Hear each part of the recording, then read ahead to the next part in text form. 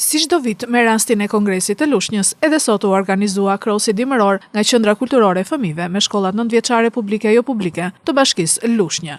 Krosi nisi nga poliklinika dhe përfundoi në qendër të qytetit. Fituesja e vendit të parë për vajzat është Noemi Asanbejli nga Shkolla e Mesme e Bashkuar Kolonj. Vendin e dytë dhe të tretë e morën nxënëset Klevisa Gorovelli dhe Shazia Arapi nga Shkolla nëntëvjeçare Karbunare Vogël. Nga djemt, vendin e parë e fitoi Ervis Kasapi nga Shkolla nëntëvjeçare Hysen Xheka Karbunar, vendi i dytë i takoi Roan Turkut nga Shkolla Kongresi i Lushnjës dhe vendin e tretë e mori Rustem Kamberi po nga Shkolla Hysen Xheka Karbunar.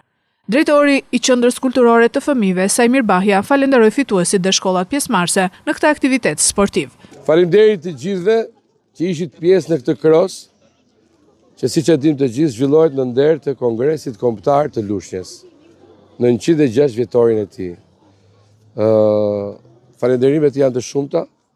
Të parat janë për ju që jeni pjesë e këtij aktiviteti, që në çdo vit keni sfiduar ftohtin, diellin, gjithë kushtet atmosferike dhe keni qenë pjesë në këtë aktivitet.